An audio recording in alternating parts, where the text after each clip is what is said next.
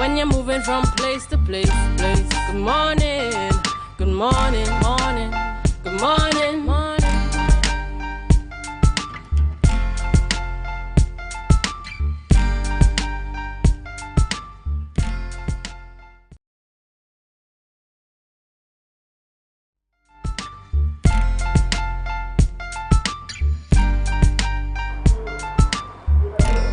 Good morning, viewers, and welcome to the Tobago Updates morning show. Coming to here live, not from the fourth wall this morning, but from our Scarborough Library facility.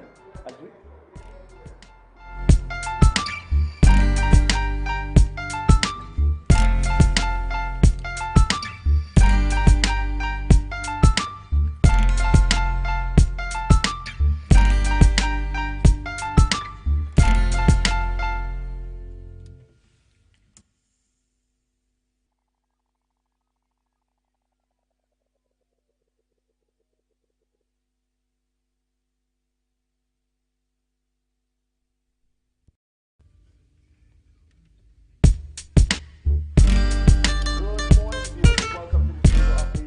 show coming to you here live this morning, not from the port wall, but yes, within Scarborough, Tobago, at the Scarborough Library. As we continue to give God thanks for life, I am Julian Skeet. And I am Maria Richardson George, and this is the day that the Lord has made, and we will rejoice and be glad in it.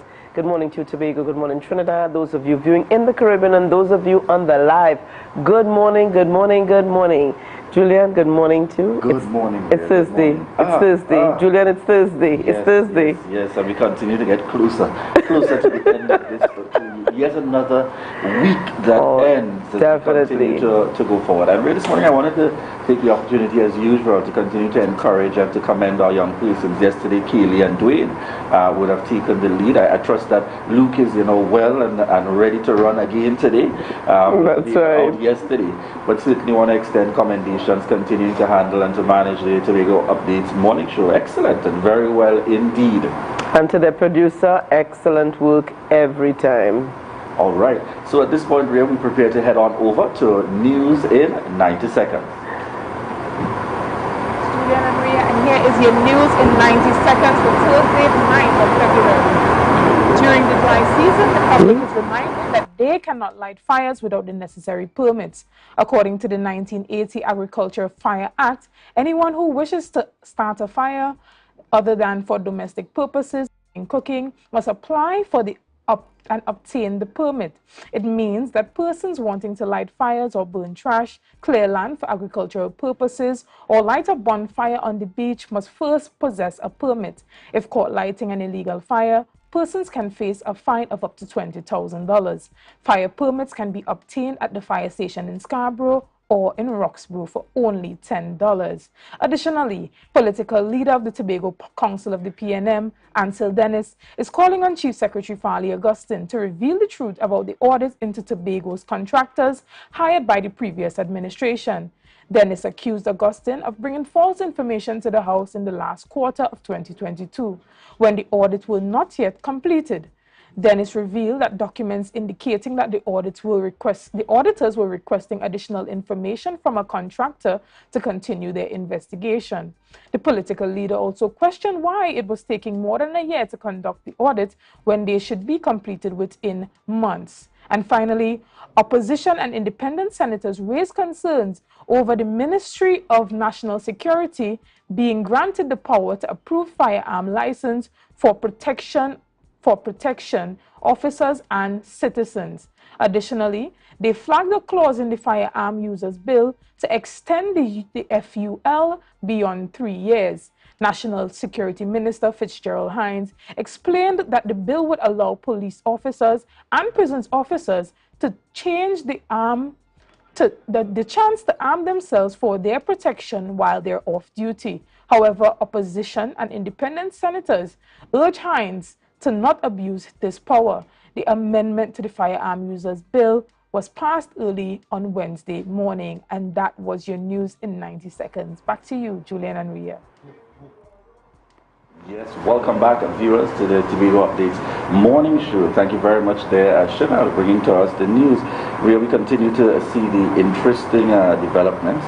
One would say, unfortunately at times, within within our country and our island. Yes, but it is what it is at this time. Some persons say it is what you make it, but right now, it is what it is. Yes, it's that kind of morning. It's that kind of morning, but it's a kind of calm energy. As I came across from the garden side area, there are a number of students on the roadway, as is customary, pickups to head on up to school to get there in time for that start 8 or just after 8 in terms of the start time for school, and getting out very early. It took me back to those days where I love the fact that I lived right in Scarborough to head to high school in Scarborough. Well, good. I lived right on the outskirts. I was at Signal Hill. But even as you made mention of the students, waiting on the side of the road garden side for their pickup, their transportation, I wanted to raise a very quick issue here. I saw a gentleman yesterday afternoon. He's differently abled and he lives on the north side. Now, I saw him waiting for transportation along garden side, and I found it, pretty interesting, because I know he usually would take the bus home, and he said to me that when the bus came, the bus driver allowed other persons who lived shorter distances to occupy seats on the bus before he was allowed on the bus, knowing well that he lived further. He lives out Palatuvia side, and the bus driver even suggested that he come onto the bus but stand. He's differently abled. There's no question about it. I mean, a blind man can see that he's differently abled. And he said persons were there laughing and stuff, and I found it very disheartening. And I'm saying here, we need to reach a place as a society where we put the emphasis on our differently abled, our elderly, and the children. And I say differently abled first, our elderly, and our children. What does it say? What does it say to the younger ones when we make fun of, when we do not consider the needs of everyone? When, I mean, we see here where the laws have changed, and we see even persons who own businesses would have put in ramps over the last few years to accommodate persons who were differently abled. Elevators, access to vehicles. So I mean, not only to vehicles, sorry, but buildings. All right. So we've done that, but even our transportation system needs to get on board. Right, definitely. We head on over to Tobago in Focus.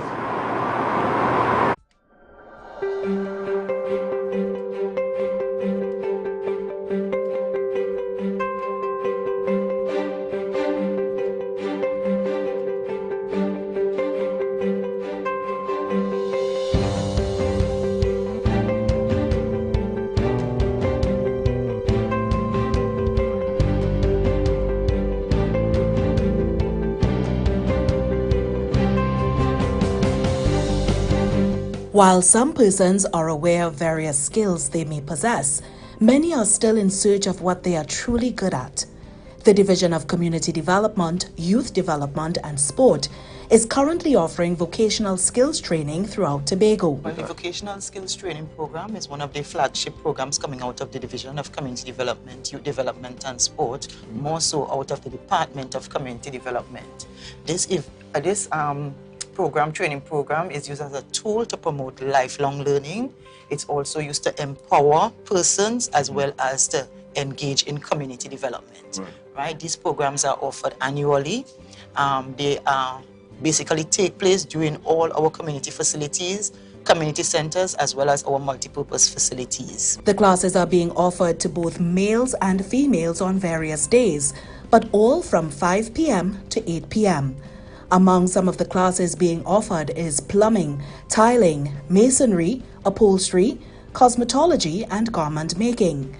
The division has also made some changes and additions to their Patience Hill facility. We have a new facility that is being added this year to the vocational skills. This facility would have normally been called the MIC training facility at Patience Hill. We have now renamed that facility to Tobago Skills Training Center, and this would be exclusively used for all our vocational skills classes. We are proposed to host 4 of those classes at the facility. There is much hope that members of the community will take the opportunity to learn a new skill or add to their already existing list.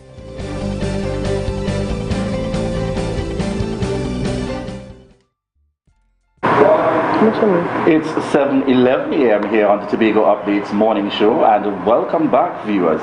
At this point, we head on into our rundown for this morning. What do we have in store? All right, well, viewers, this morning, starting us off, we will be chatting with Natasha Second, who is a technical advisor attached to DIRTech, and Sanisha Ali, the personal advisor at DIRTech. And this morning, the focus is on DIRTech's community impact, the future of education in Tobago. So they're going to be chatting with us on that. All right, and we continue the conversation as we speak with Jude Rogers, Fire Prevention Officer of the Trinidad and Tobago Fire Service. We look forward to those discussions as we get our insight into their role at Carnival events. And let's see what Candace has in store for us this morning.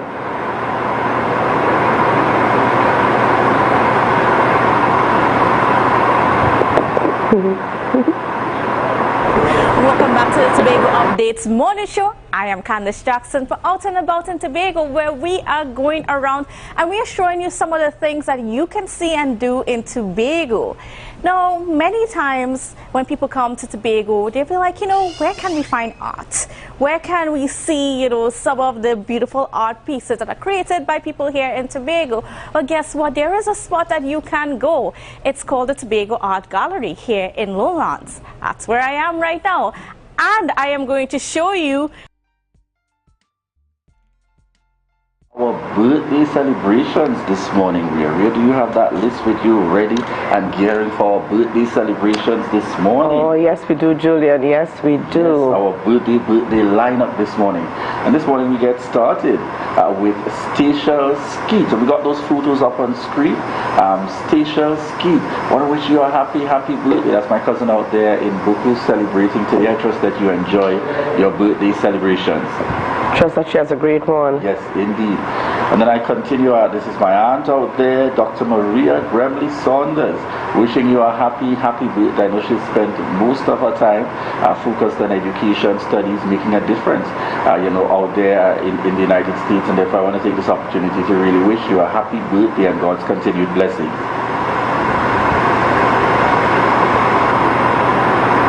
Who do we have up on screen here? All right. Next we have on screen Akinola Thomas. Yes. Is that Akinola Thomas we've got there? Akinola Thomas.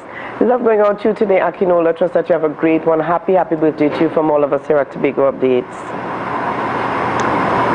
All right, and then we've got this handsome gentleman, Curlin Moore, celebrating his birthday. In fact, he celebrated the birthday yesterday. And lots of love going out to you, Curlin Moore, from your mommy Hazel Clark, one of my classmates, yes, and your dad, Colin Moore, your daughter, Catalea, your girlfriend, Missy, and all the rest of the family. Wishing you a happy day, in fact, a happy week. I trust they're going to be celebrating with you all week, all month long, so do enjoy it.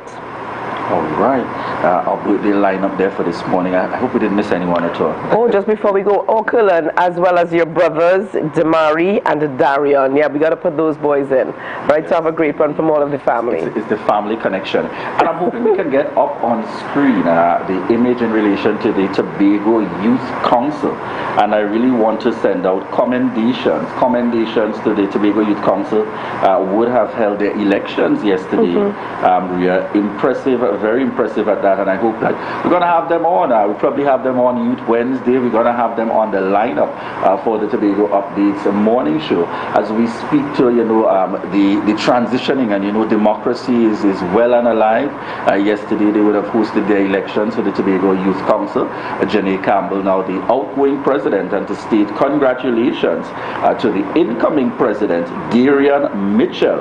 And you see on screen now a quick lineup: Vice President Adriel Wheeler, Lady Vice President Oshun Trim, and General Secretary Delano Jofield, and a full lineup in terms of members of the executive and the team that will be leading the Tobago Youth Council into 2023. We want to say congratulations, incoming President Darian Mitchell. And interesting, and continues to be very dynamic and outstanding. Members of the Tobago Youth Council are first required to be members of individual youth organizations. So they each represent their varying youth organizations and then come together collectively as a board and as members of the executive to function as the umbrella body, really seeking out opportunities for youth. So again, kudos and commendations to our young persons.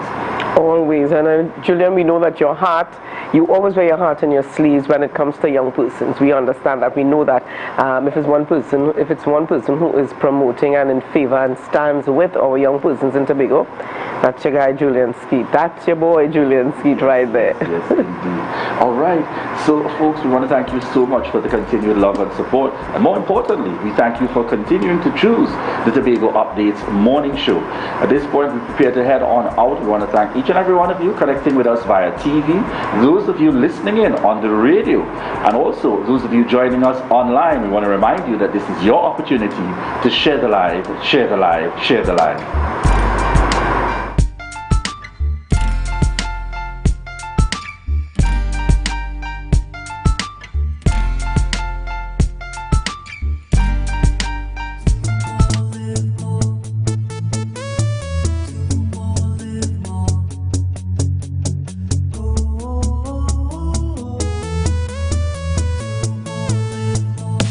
How it's gonna go. They better look up below, 'cause this is your show, and everybody's gonna know. Say it to them once again. They better look up below. This is your show, and everybody's gonna know. That's how it's gonna. Look up below, 'cause this is your show. You can now get whatever you need whenever you need it anywhere in Tobago with Tobago. Your meals, medication, groceries and shopping all delivered directly to you. No more hassle, no more stress. Get the Tobago app today on Google Play or Apple App Store. That's TAPPOGO and let us deliver to you. Check our website at www.tapogo.app or call the experts at 494-TOGO and 484-4746. Tobago. Relax. We will get it to you. Tobago's at your service.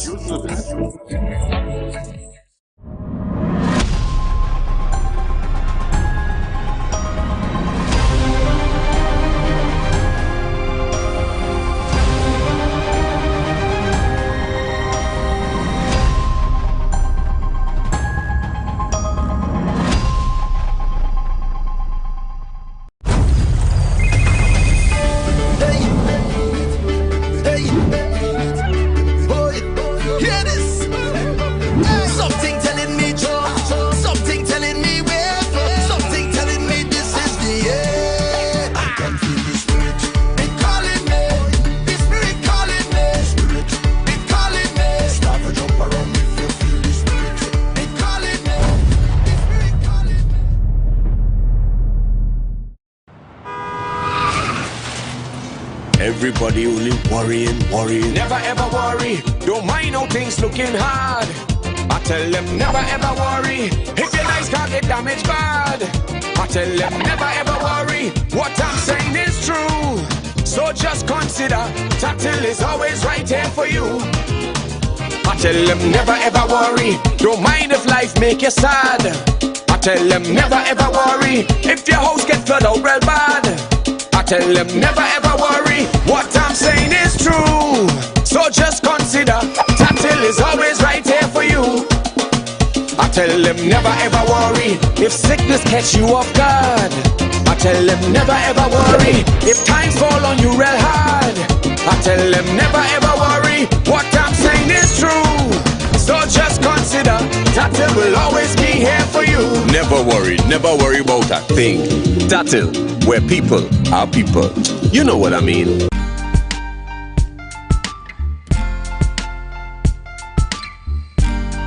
Put a smile on your face when you're moving from place to place. Good morning, morning.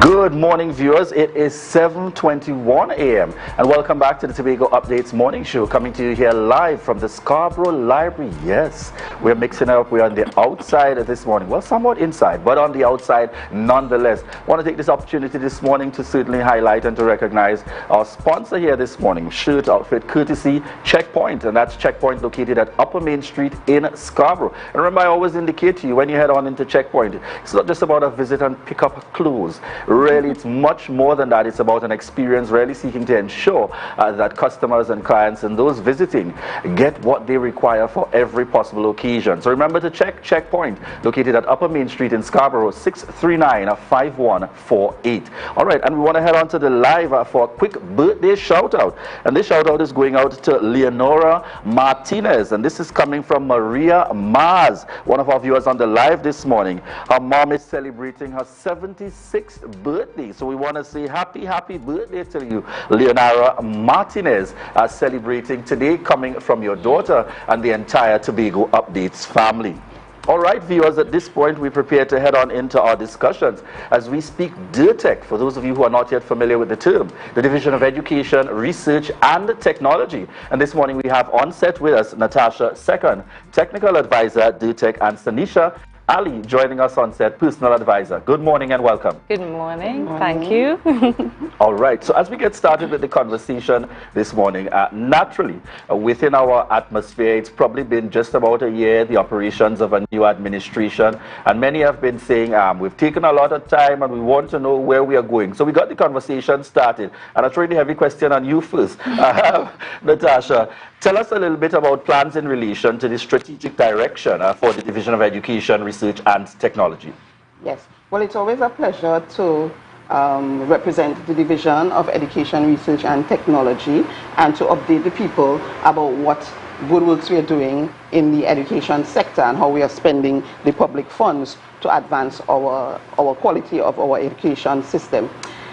We have been developing our strategic plan over the last few months. We were focusing internally on realigning and streamlining our operations and our procedures within the division itself. We have, just to remind the people, several sections in DIRTEC. The schools themselves, people will be most familiar with those, the head office, TITL, that's 211, and THTI, the hospitality school. What we were focusing on was revising our vision statements, our mission, and our goals, making sure that we are totally aligned so that we can collaborate better and we can work together better to produce a better end product. So we use the VMOSA model, the vision, mission, objectives, and strategic action plans. I'm most pleased to present the improvements that we have in our human resource capacity improvement. Our research department, we recently invested in training of our members of the research unit itself, and we visited Trinidad. We partnered with the University of the West Indies, the Maths and Statistics department there, and we looked at SPSS software and using that for quantitative analysis. So our staff is now quite capable of using that kind of software to deliver quantitative studies in a more effective way, to apply the right tests and so on, so we know what we're researching when we're researching. It helps us to make better use of the data to drive our policy. We also have hired an industrial relations officer, and that person is helping us to get rid of the backlog of industrial relations issues, human relations issues. They've been very systemic in the system, and it's going to help us to clear up problems for a variety well, a large number of our workers. So it's a teacher, a public servant. We have these industrial relations issues, and we now have the capacity to deal with them. We also want to look at the second phase of Project Impact.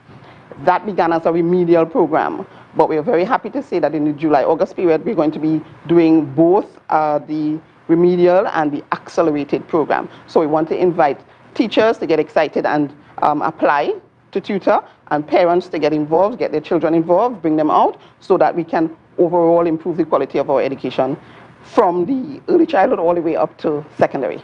I hear you speaking and I go back to my school days in my Miss Second mode. We have the benefit in the division, once again, the Secretary Zarisha Hackett, Assistant Secretary Orlando Cool, coming out of that background with education. And similarly, yourself, that background with education, how has that been, particularly utilizing that experience to assist with treating or combating some of the challenges faced in the Division of Education, as you indicated, some being age-old challenges for teachers in our system and educators?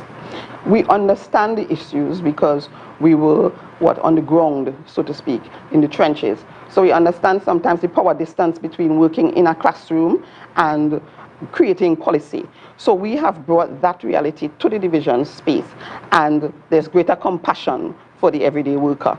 We understand that they need to have high expectations for the students, and we need to have high expectations for them. And we're very patient.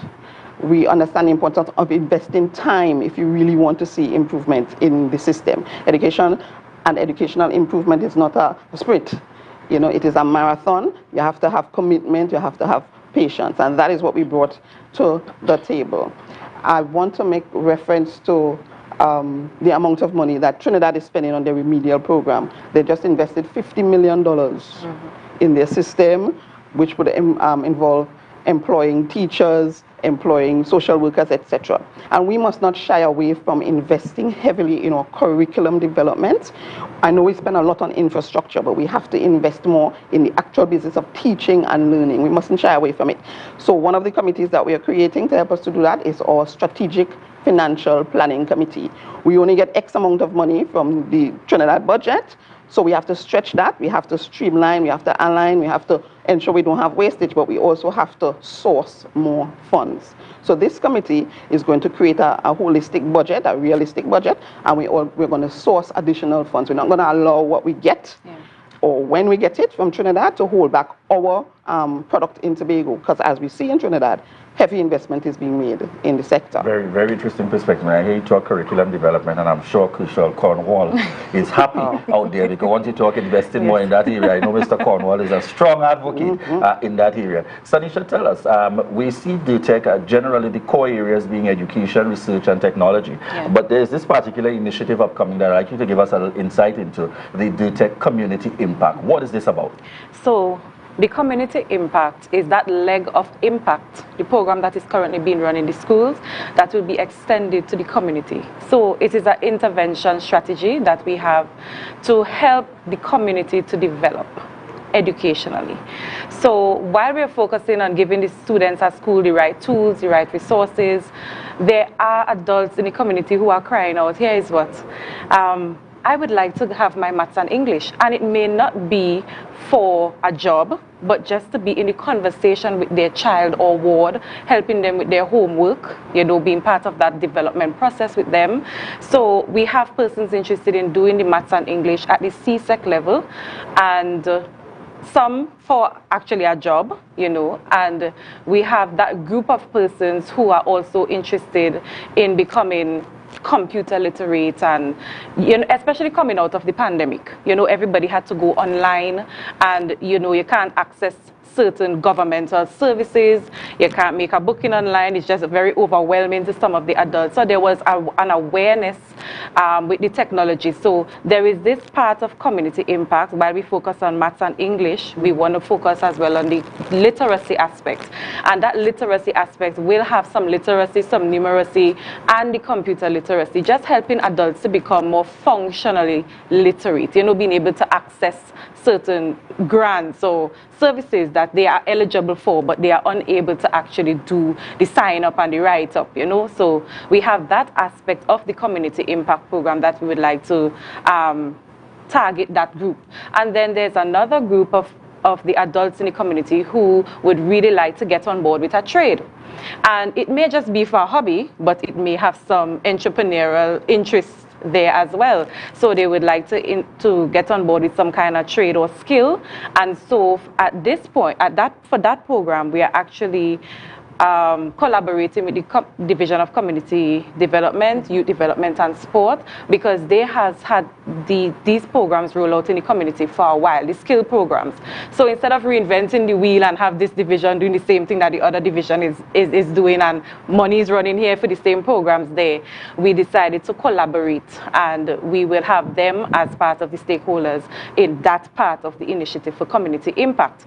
And then, how can we forget our elders, right? So we have the elders who may just be like, I ain't able with the books, and I ain't able with the maths and the English and the whatever, but what is there for us? you know, and so we have that aspect of the community impact that will target the elders, where we have them come together with their peers, and I would think it's about 60 plus, and we have them engage in nice stimulating activities for their mind, even physical activities that will just help them to have that sense of belonging, have that engagement, and, you know, have something to do.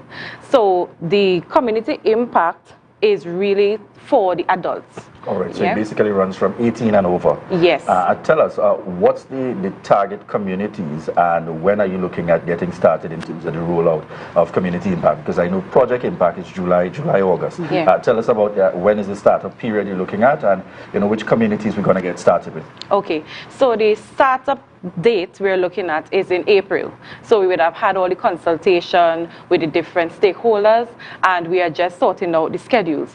Where are we going to roll it out? In all of the electoral districts throughout Tobago. So we are starting at least with the 15, right? And every community will have their schedule as to what will happen at that community level. So for instance, let's say we take that Pembroke Bell Garden area, Dr. Faith's district.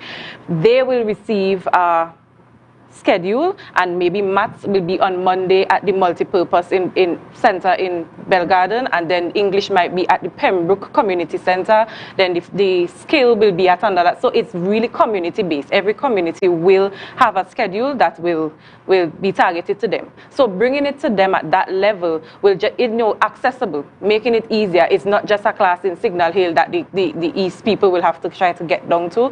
So it's bringing it right down at the community level. So starting with all 15. All right. So when we look at this expanded rollout in terms of reaching and connecting with our communities, I want you to give us a sense. Is there any charge affiliated with this, or is it that we're going to offer this as means of building the capacity? Tell us a little bit in relation to that.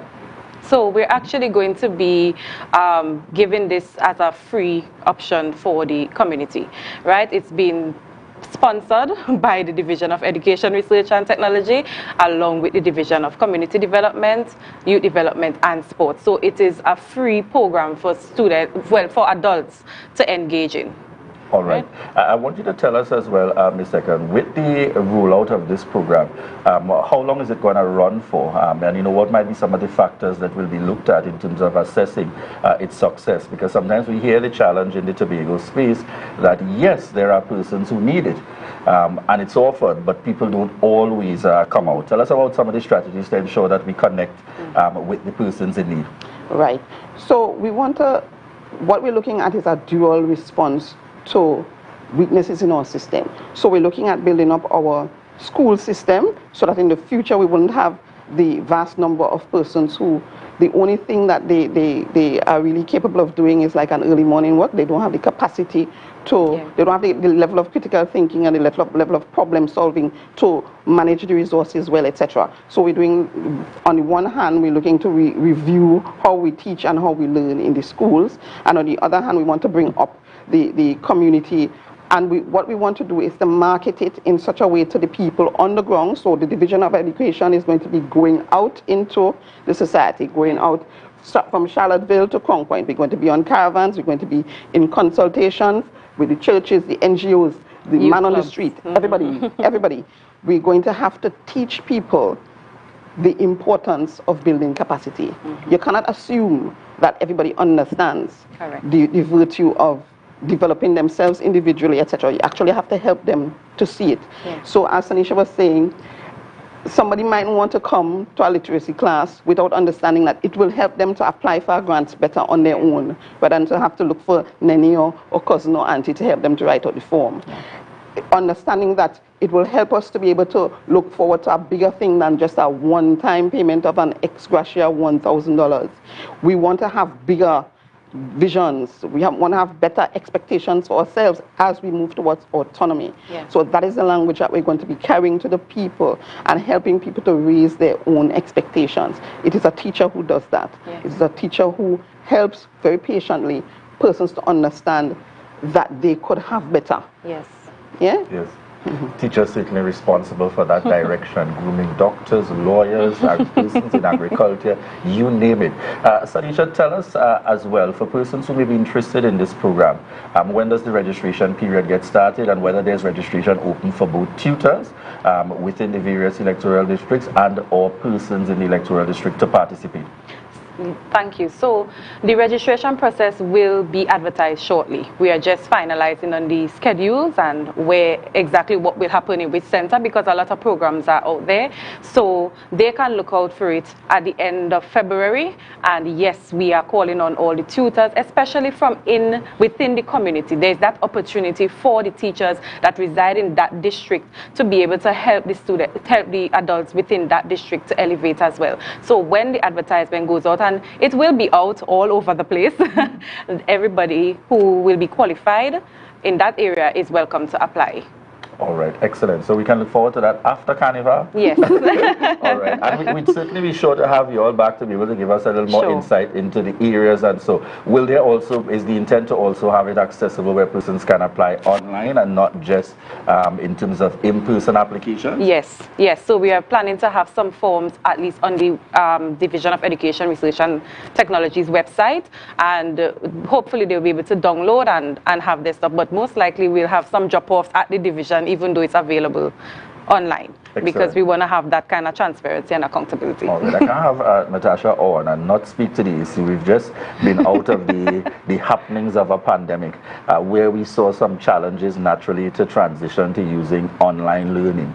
Tell me about these considerations in terms of the future and the strategic direction for the Division of Education, because it is no secret that it has been broadly said in the Tobago space, the Tobago House of Assembly has direct responsibility under the Tobago House of Assembly Act for education. Tell us about those plans specifically with considerations for how do we continue to integrate technology in some way, form or fashion so that it's not a scramble.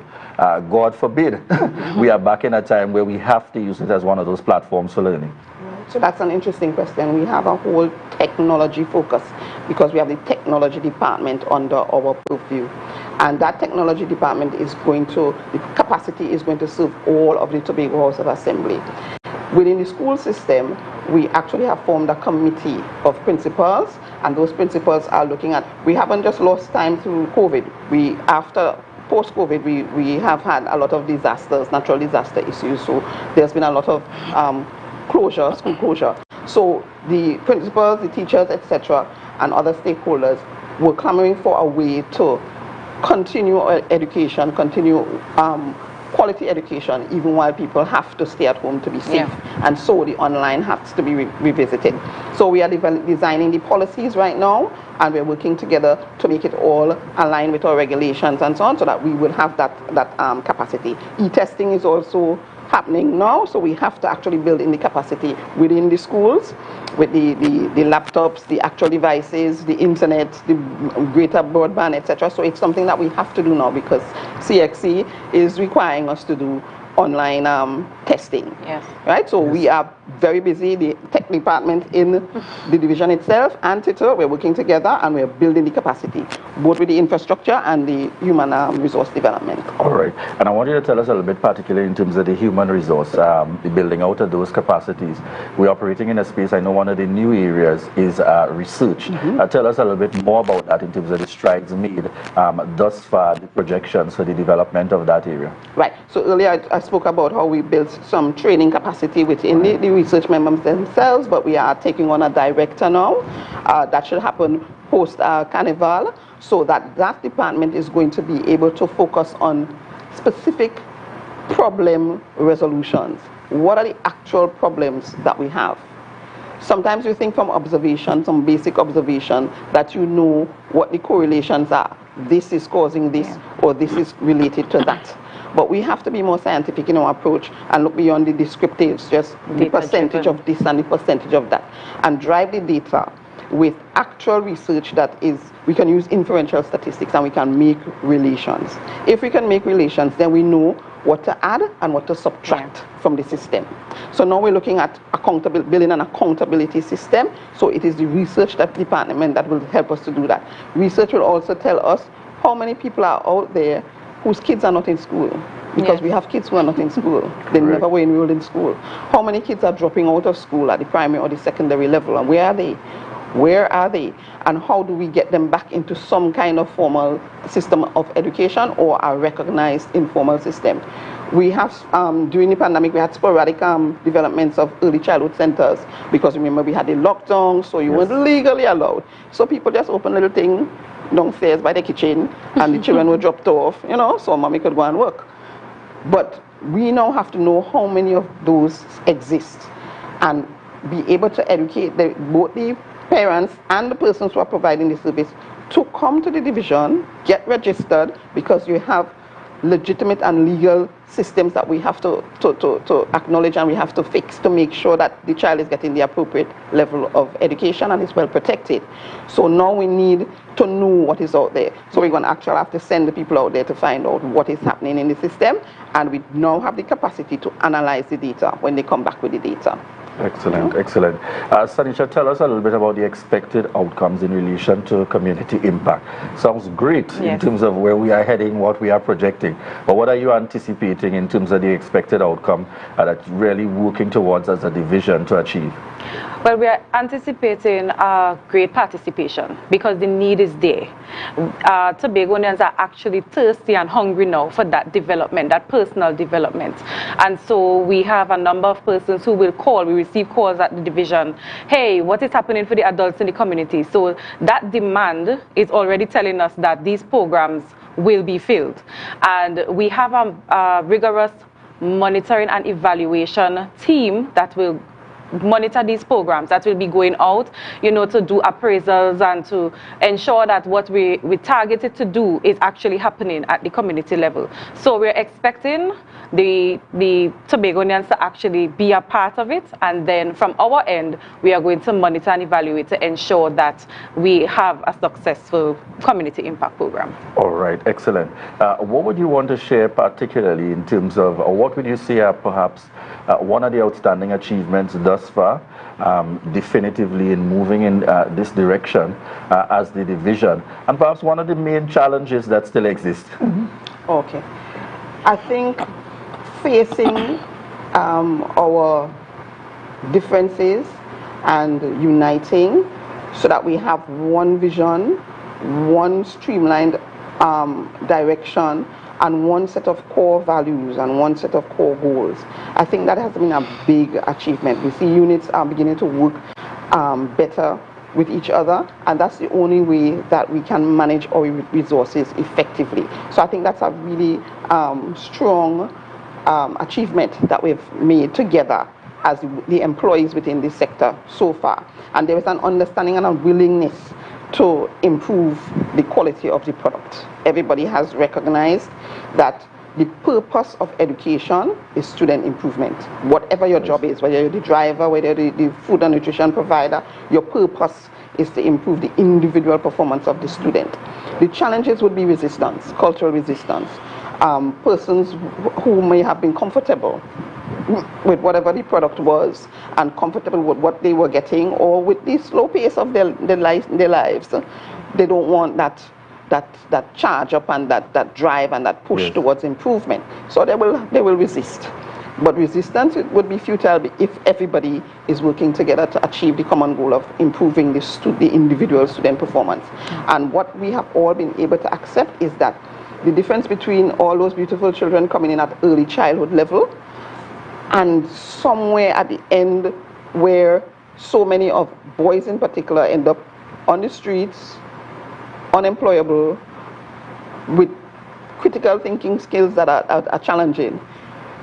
It says that we have somewhere to go, and we all have to work together to fix that together. Well, as you mentioned that very quickly, you or Sanisha, one of the teachers we have making a comment coming in, well, obviously via WhatsApp, not wanting to be identified, indicating that they have heard for a number of years speaking about the broader vision and so, but they're wondering particularly about the low-hanging fruits, fundamental issues, my increments, gratuities. Tell us a little bit about the progress with regards to that for the benefit of our teachers viewing as well. Oh, yes. Remember I said earlier we hired an industrial relations officer, a whole human being, to focus on all of their systemic issues. We're focusing very heavily on regularizing the contract workers, we hired task force to clean up those increments, that backlog, because it affects people. Yes. It affects your life. You come, you give all that you can give, for those who give all that they can give, and you expect somebody in the system to be looking after you, going through your file and making sure that you get your increments on time, you get your gratuity on time, etc. And that is what I was trying to explain earlier. Making everybody in our division itself, all of the employees, they understand that our single purpose is student improvement. Yes. And if that is the case, then you working in sub-accounts or you working in HR, you will see about the teacher's needs, because the teacher is in front of the student. So you are going to mind your business, because when you're thinking of doing your work, you're thinking about the child who you are close to, your daughter, your niece, somebody who you're working in the Sunday school with. You have to do your work, and that is why we have to get our workforce to the place where we understand that when we do our work, when we do our part, we help the whole. So their issues are being resolved, because we have to iron out a lot of things below in order for individuals to see the benefit. So yes, the increments, the gratuity, all of those things are well in train. All right, so I'm getting some info. According to my information, 17 million thus far paid out. That's in increments over the last year, 6 million up to January. And we can anticipate more. That's the commitment that I'm getting here this morning. Of course. All right, excellent. As we look to wrap, just remind the viewers, the Community Impact Program, when it starts, persons that can apply, the broad age group, and contact for the Division of Education, Research and Technology. So 18 years and over, as long as you are unable to access high school education, you are eligible for this program. You can join in whenever we have the ads up and about. The teachers in the communities, you are welcome to apply. It begins in April, and let's get excited about it. We need to come up as a people, we need to be empowered as a people, and so we are on it. All right, so we continue, and this is our call out for Secretary Zarisha Hackett and Assistant Secretary. Those commitments that were given, we're looking forward to ensuring that they are fulfilled in terms of that gentle reminder of working to ensure that teachers get what they deserve. I know that's one of the mantras that she speaks to very often coming out of the system, and certainly teachers are looking forward to that continued commitment. As they say, meet the low-hanging fruits while you're dealing with the broader strategic vision. Yes. All right, we want to thank you very much, Natasha Second and Sanisha Ali, for joining us here on set. Yes, folks, after Carnival, look out for the registration information. Yes. Make contact. This will be your opportunity once you're 18 and over. Education and skills training coming to you courtesy the Division of Education, Research and Technology in collaboration with the Division of Community Development, Youth Development and Sport. And this morning I also want to give a quick reminder out there. You may be wondering, for those of you, hey, they're coming to us from the library. What's going to be happening here? Yes, folks, we're going to be continuing and going live from 9 a.m. this morning. Understanding the pre-qualification and e-tendering process, and persons would have been invited to a vendor sensitization session that's being held here at the Scarborough Library Facility and Mitchell Gift Auditorium. So we will be carrying it live from 9 a.m. to 12 noon today, and that's why we are actually coming here to you this morning with the Tobago Updates morning show from the Scarborough Library Facility. So it's your opportunity to ensure that you are present, and if you're not able to be present, ensure that you tune in to the live on Tobago Updates. We want to thank each and every one of you for continuing to choose the Tobago Updates morning show, and it is our pleasure, as we would say, we continue to be on top and to be number one because of each and every one of you taking that time out. Those of you watching via TV, those of you connecting with us and listening in on the radio, and to those of you joining us online, let me invite Natasha and Sanisha to say with me, what do we tell them to? Share the live, share the live, share the live.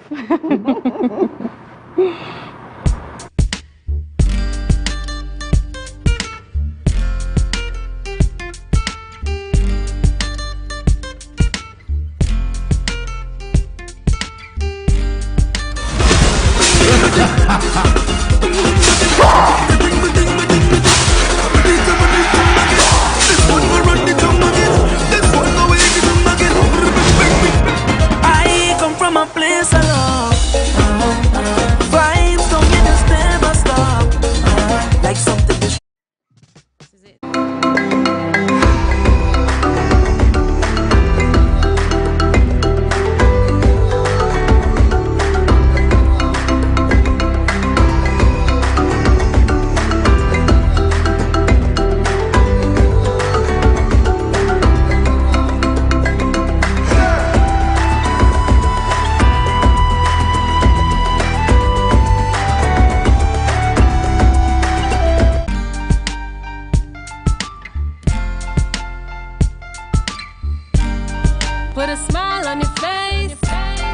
when you're moving from place to place. Good morning.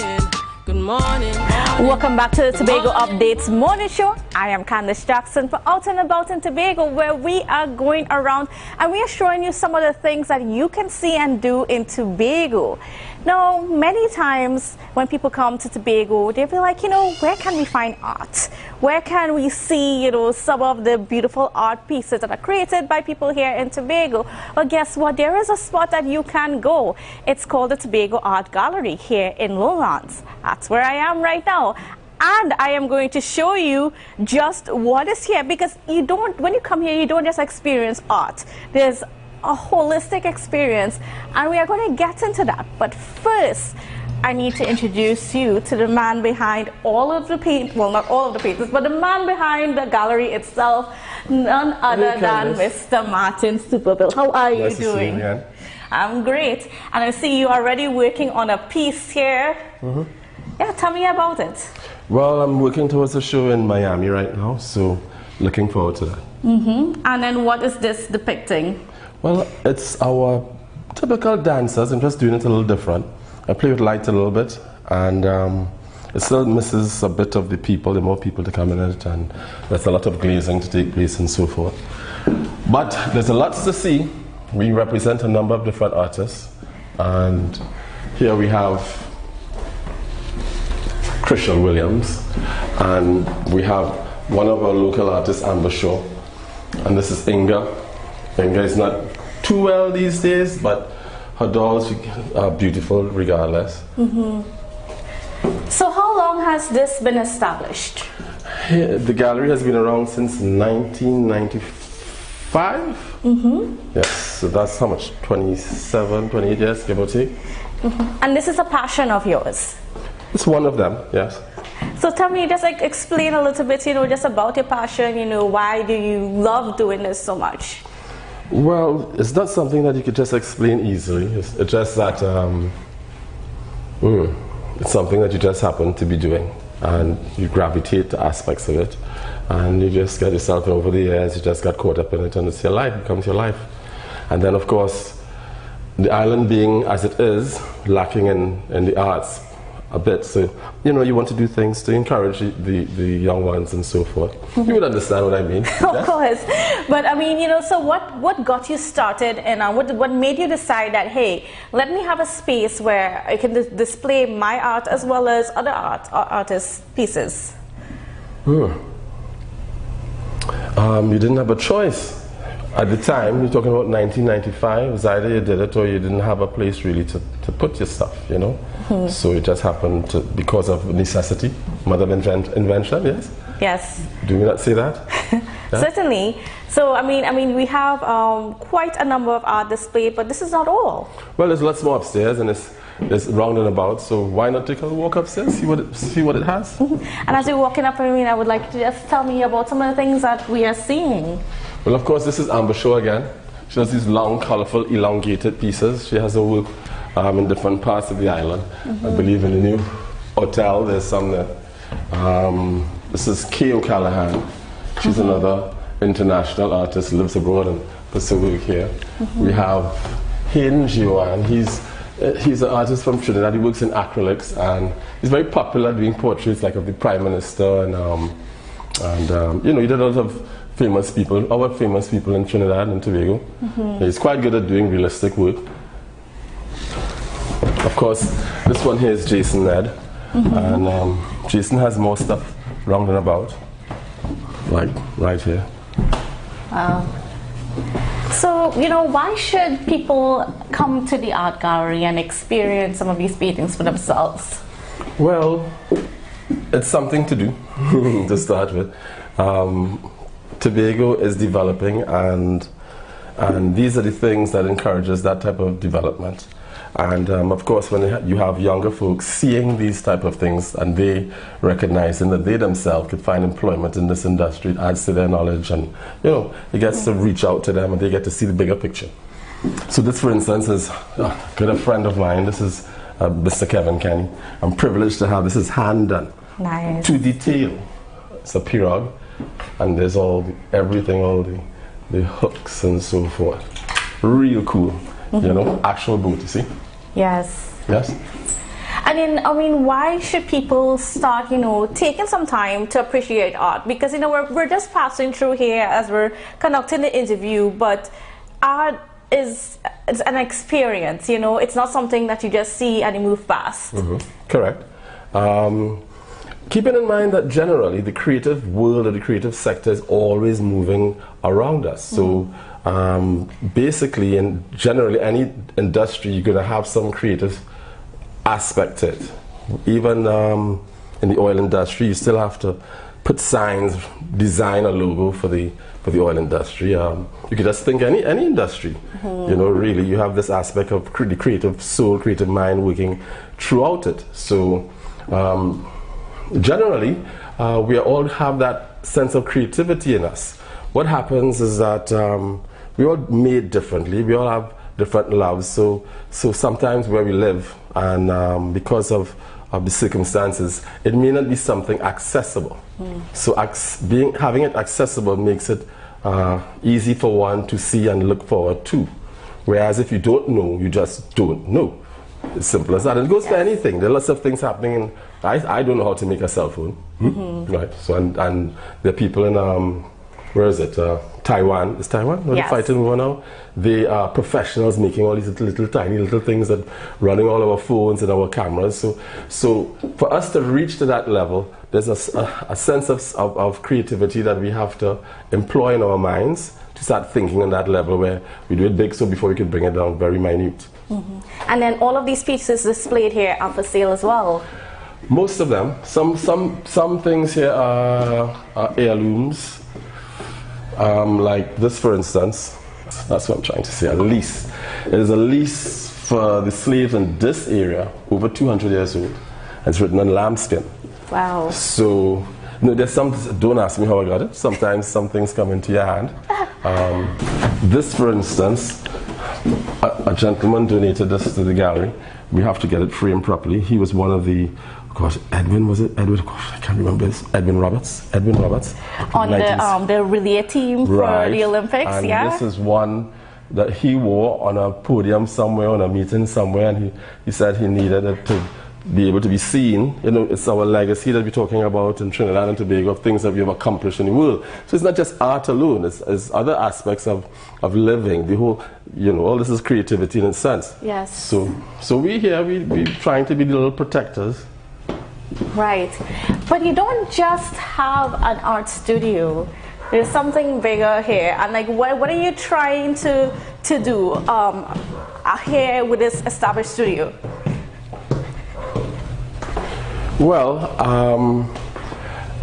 it was where the gallery was just the art gallery. Now it's more of a destination.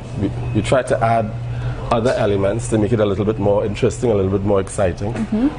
We are working on, this is Art Hub, for instance. This here came about 2 or 3 years ago, somewhere between COVID. Of course, COVID didn't behave nice with it. And so now we revamped it, brought it back. We're dealing with local craft, local oils, people who are doing, this is Ted Arter, for instance. Ted Arter is one of our best, if not the best, leather craftsman in Trinidad and Tobago. I would say the best. Certainly. And he has a strong following throughout Trinidad and Tobago and throughout the world even now. His designs are they're beautiful. There's a lot to say about it. It's a privilege to have his work at the Art Hub because it gives the place a little sense of opulence, you know what I mean? We have other things coming up, A&B that we're looking forward to. That is new, it isn't quite finished, so we can't drag you all to that side. Yeah? So, and of course, there's a cafe that has been in the making for a little while. Yes, and that's going to be launched pretty soon, so can we head over there to see what that spot is like? Well, we can head up there. We can head up there, yes. I mean, and then, you know, just tell me about what this does for you, you know, being able to just expand and, you know, build out your dream almost. Well, it's taking your home and using it differently, seeing how you could, you know, add spice to your life. Yes. I have to say that the idea hit me when I traveled to St. Lucia and realized everyone was taking their homes, that was years ago, taking their homes and turning it into bread and breakfast and you know, spinning things around. Even in islands like Barbados, you'd see where some guy take a whole village and turn it into a whole piano bar each. And these are the type of things that I suppose that people in cold countries want to come to. For instance, right here, there's this pond and there's a couple, but I don't want to say it too loud, but a couple of caimans that live here. And they're your friends. I feed them. I have about 3 of them, and they show up, and visitors are all wowed when they see them pop up there. And you know, it's something else. You don't always see 8-foot reptiles walking around. So, of course, here's where the cafe will be. It's not quite put together at this point, but it will be in a few weeks' time. Well, we're pushing for that, and especially since it has all these celebrations and so forth taking place right now. Yes. Yeah. And then, I mean, you're not just about displaying art, you're not just about creating an experience, you're also about teaching art. Right, so we do intend to have some summer schools for the young and upcoming, and that's something that we would have to explore more. It takes some time to explain and teach people things, so you have to really put a proper program in place for it. I have lots of people asking for classes, and it's something that I think I would do personally more on a weekend, whereas the holidays we use it to get the children here and see if you can get them for, you know, they do little summer camps and so forth. And my assistant is a professional artist. Yes. And those are things that, and I've spoken to some other artists throughout the island that they can utilize the place a little differently. It's a big space, so I have like Chris Thomas, we're talking about him doing his classes. So you have an art show coming up pretty soon. Tell me about that. It's called Jazz As You Like, Jazz, As You Like. Again, we're employing artists from Trinidad and Tobago. We already have a nice little list developing. It's marrying, we are marrying it with the time when we have a jazz festival on the island. It's not as long as it was before, so we are trying to take up a little slack in having other items to facilitate or to work along with that. Yes. And this is one of them. It's starting like a week before, give or take, you know, because the art show is different. You know, it's not a one-day event. It goes on for a period of time. So this is a case where, you know, we want the artists, we employ them with a title, you know, so that something they can work with. A lot of them, little pieces. We speak to them about what is marketable, how to make a living, not having paintings 20 feet by 10 feet and expect someone to roll it up on a canvas and carry it back to England. So you have to be practical in the way that you approach your art display, you know. Yes. The show will be here. We also manage Magdalena's art gallery, so we'll try to let it, you know, spill over into as well. To that side. And how can people get in contact with you if they want tickets, if they want information? Well, the art gallery is easy. The name was chosen because of the minute you put art gallery, it pops up all over the world, and it works for us because of that. So 631-1424 is the number for the gallery. The email address is artgal2@hotmail.com, and we are easy to find on Instagram and Facebook and all those social media that's out. We employ them. Yes, certainly. I'd want to thank you so much, Mr. Superville, for taking me around and showing me your place. And using us as part of your program. Certainly. So viewers, if you want to check out some good art, if you want just a different experience here in Tobago, you need to certainly come here and check out this place, the Tobago Art Gallery, where you could see some art, where you can also, you know, try to learn some art yourself. And of course, pretty soon you'll have a cafe and a little Airbnb, so you want to look out for that. All right, that's it for me for right now, but don't go anywhere because there's lots more coming up for you on the Tobago Updates Morning Show when we come back after the break.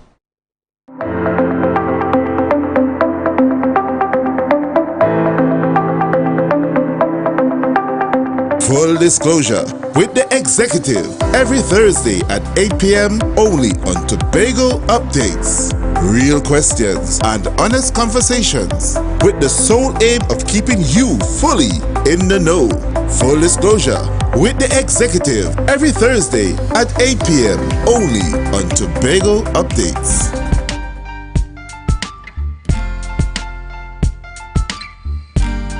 Put a smile on your face when you're moving from place to place. Good morning, good morning. The Trinidad and Tobago Fire Service by law is responsible for public safety at all events during the carnival period. Promoters should engage the Trinidad and Tobago Fire Service Fire Prevention Department for the fire prevention requirement documents as well as the risk assessments. Exits shall be clearly identified by signage with green lettering on a white background. All exits must remain unobstructed and shall be readily open for proper evacuation of patrons in the event of an emergency. Ensure safe-to-use certificates are required for all temporary structures erected at your event. Each food vendor cooking or operating open flames at your event shall be outfitted with one 6-liter wet chemical fire extinguisher and or a 10-pound dry chemical powder fire extinguisher. Vendors, performers and service providers using open flames shall adhere to all fire service rules and regulations on the use of open flames. Prior permission must be requested in writing to conduct fireworks, pyrotechnics, hot work, special effects within your event. Safety checks must be conducted on all music trucks for your event. Example, guardrails shall cover all trailer tires. Ensure the validity of driver's permits, inspection certificates and insurance. No promotional items, giveaways or service providers shall be sited near exits, emergency routes or emergency exits. A site visit should be conducted with the fire service to identify hazards, verify the venue layout as well as the occupant capacity.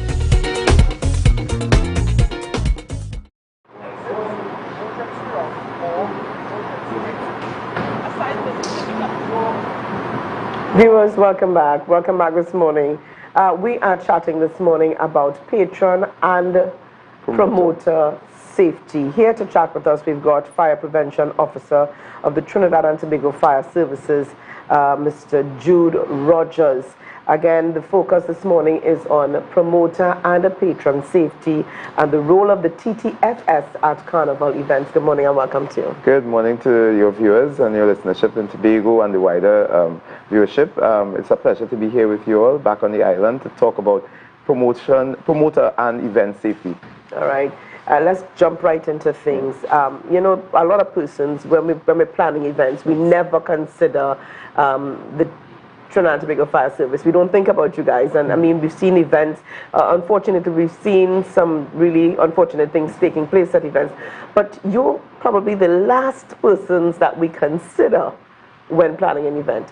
Tell us about the role and function of the fire prevention officer or fire prevention department within the fire service within an event. First and foremost, the Trinidad and Tobago Fire Service Fire Prevention Unit is designed, or it's been placed for public safety, general, and that's a broad terminology. Right. So when we're talking about public safety, we're talking about everything that relates to you building out your event, how you carry out your event during the event, and what happens to your patrons and persons of interest after your event. So the work doesn't end when the show ends. Right. We're talking about from pre-build out, during your event and after the event, and it is a broad category, and I want to delve into some of the activities that we look at. So before you start your event, you're going to have a plan. You're going to have to plan. Right. I want to design a particular set, I want to design a particular type of event, I have to build a stage. At what point should we contact you? When I'm saying at your design phase, you can begin to seek and to consult with the fire service. You may still be trying to conceptualize your event, but it's the very reason why the fire service exists. So by reaching out to us in the early stages of your event planning, you can say, you know, fire officers, what do you think about this? I want to put a bouncy castle. I'd like to put a water slide. I may want to do fireworks within my event. What is the safe way of doing all of these types of activities? And so for that reason, the fire service has developed a working document which is called the Events Safety Requirement Checklist. And these are for promoters to guide you as to all of the various aspects of an event that you may have, including the use of drones. including pyrotechnics, and we don't think about drones. Which has become very popular at this stage. And not only that, we've had incidents where drones have fallen and they've impacted on patrons.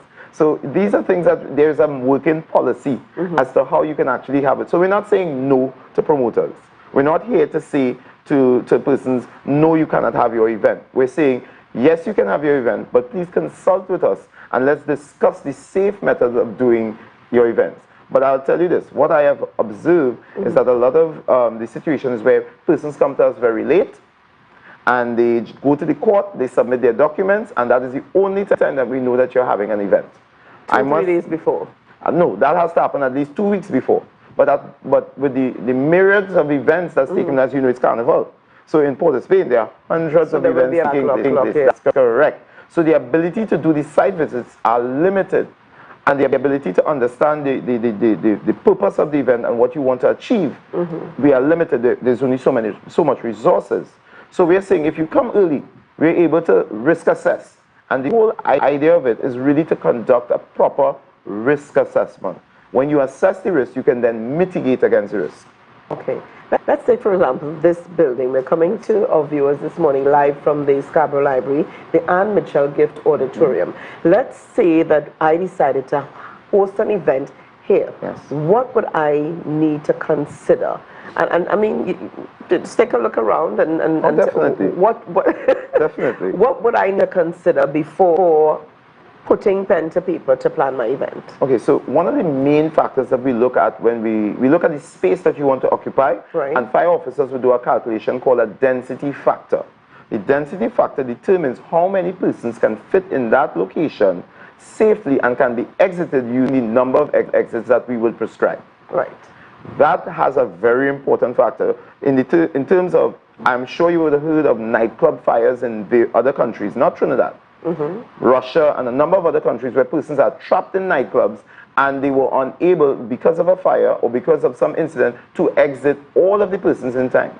You must determine your density factor. This auditorium has a square footage of 500 square feet, and that can hold, we would say, 800 persons, XXX. The other step would be, how many exits would I need so that these persons can exit the room in under 3 minutes?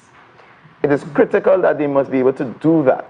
Would the number of exits, or in fact the number of patrons, determine the number of exits required? Definitely. And they would not all be in the same direction. So we would also place exits on this, let's say on the eastern or western end, affording you the opportunity to use the closest exit or the nearest exits.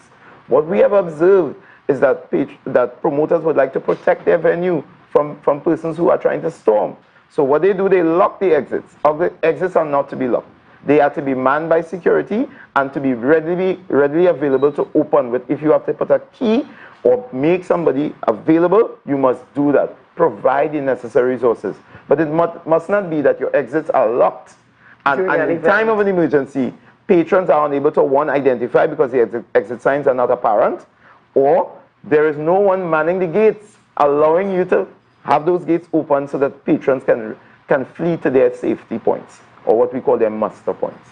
Okay, so exit signs placed correctly, very important, or exits manned. Manned and unlocked, but secured.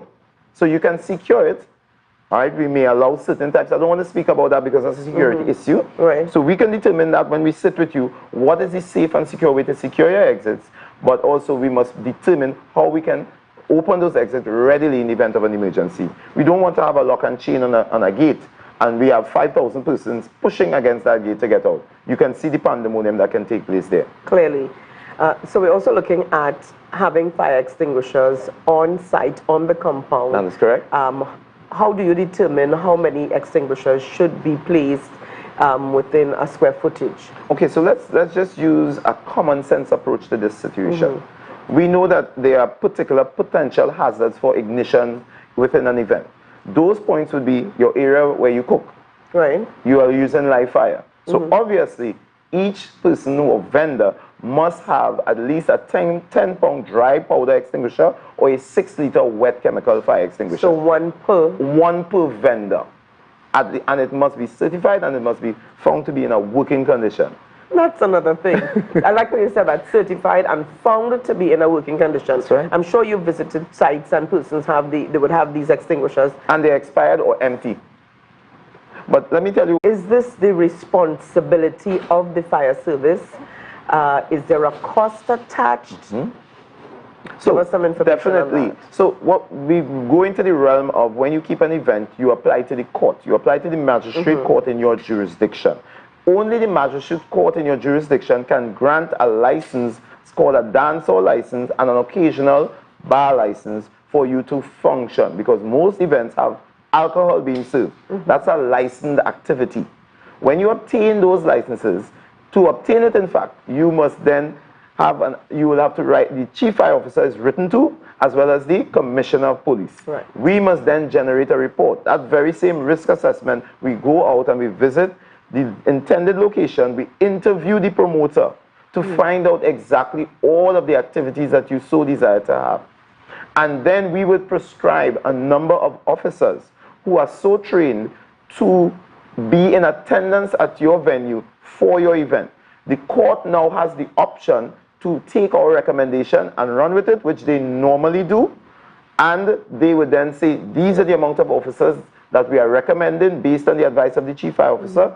You are then to come and pay for these are officers who will come and work. They are working what's called an extra duty. So it's outside of their normal duty, but these officers are off-duty officers. They are not assigned to a shift, or they are not assigned to an active duty at the time.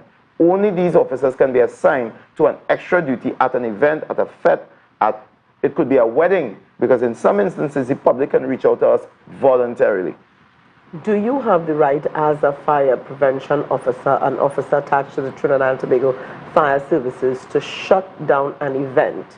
Should you visit and see things chaotic, see measures not in place, extinguishers, exit signs properly marked, do you have the right to shut down an event? I would say categorically the answer to that is yes, but you do not reach or arrive at that location so quickly. There are steps before you can reach. The only way that you would shut down immediately is imminent danger, meaning an explosion is going to take place, a fire is going to take place, somebody is going to fall, death can happen immediately. There are many steps that can happen before you can arrive at an imminent danger. But if an imminent danger is at hand, we have a duty of care to respond with immediate effect.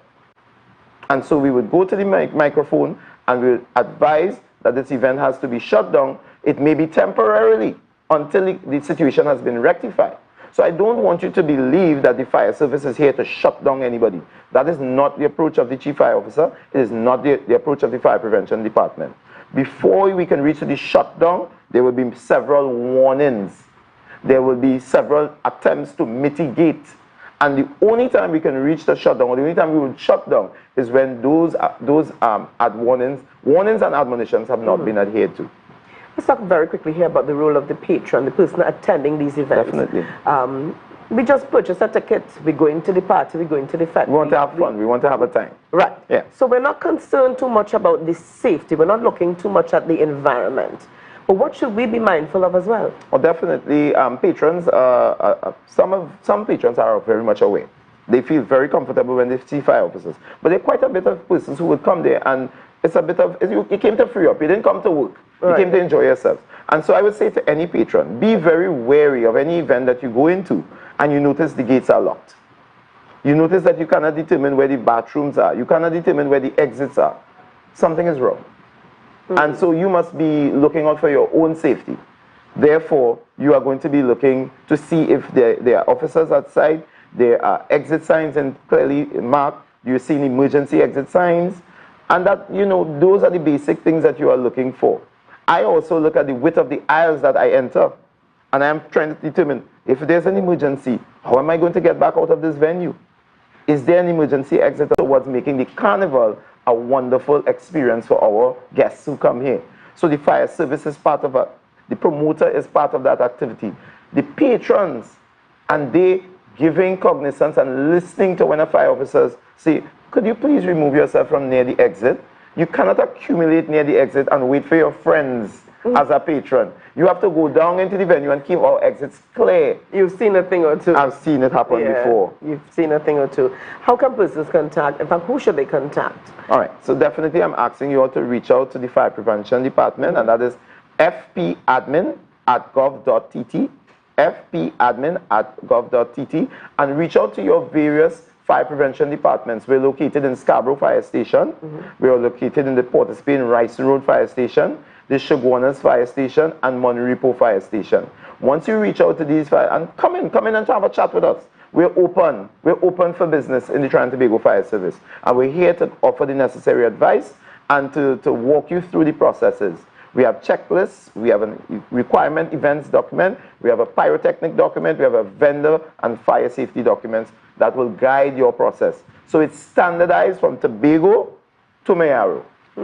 Thank you so much, Officer Rogers, for chatting with us on these and other issues this morning as it pertains to, this is carnival season, and a lot of persons are having the event. Some persons are having it at their homes, some persons at their workplace, different establishments. But even as we wrap up, we say thank you again to you. Even as we wrap up this morning, we want to remind you that coming up just after GMT this morning, we're going to remain live here at the Anne Mitchell Gift Auditorium at the Scarborough Library, because we're going to be carrying the EID COTS pre-qualification and e-tendering process. Is going to be coming to you live on the Tobago Updates channel. So understanding EID COTS pre-qualification and e-tendering process.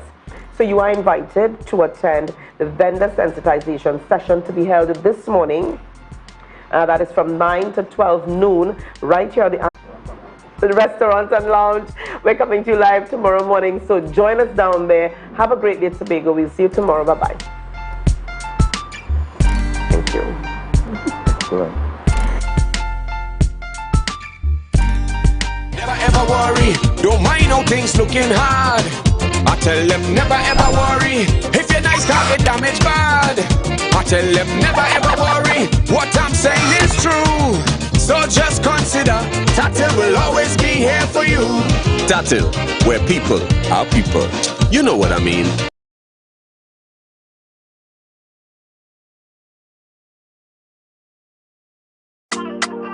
Yeah. Hey. Tobago updates. Good morning, Tobago. Wake up with Candace and Denicia. Good morning, and welcome to Good Morning Tobago right here on Tobago Updates. Guys, you know when you see me here, it's always we're going to be starting the morning with that conversation that you want to hear and asking those really hard questions. But this morning we're going to have a really subtle conversation as we talk with the central bank. We're talking about counterfeit notes and educating the population on what they should be looking out for during this carnival season. Guys, this morning I have the privilege of sitting with me Mrs. Ramola Williams, who is the Senior Banking Analyst, as well as Michelle Melville, who's the External Relations Officer. Good morning, ladies, and thank you so much for joining us here on Tobago Updates Good Morning Tobago show. Now, it's really important for the population to know that you guys are having Know Your Money during this carnival season, which is really educating the population on how to have a safe carnival, securing their money, securing their investment. You see a lot of people coming out, having their businesses on the side of the street, selling alcohol, selling food, selling paraphernalia, whatever it is that they could think about to sell, they're selling during this time.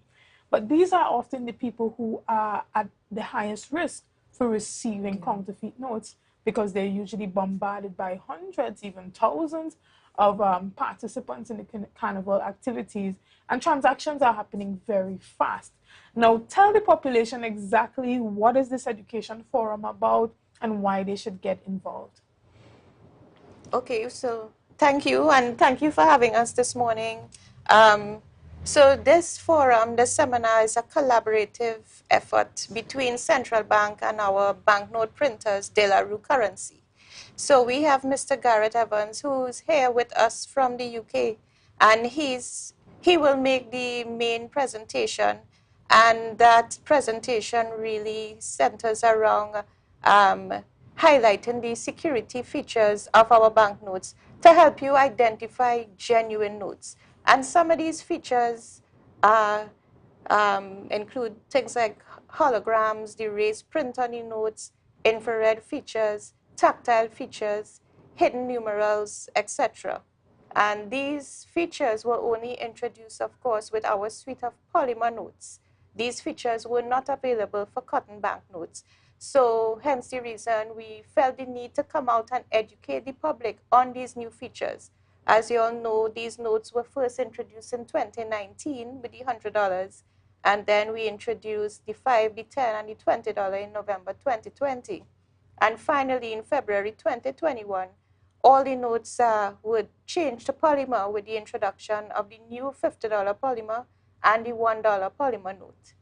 So we really want to ensure everybody is safe and they can identify the genuine banknotes for our new notes.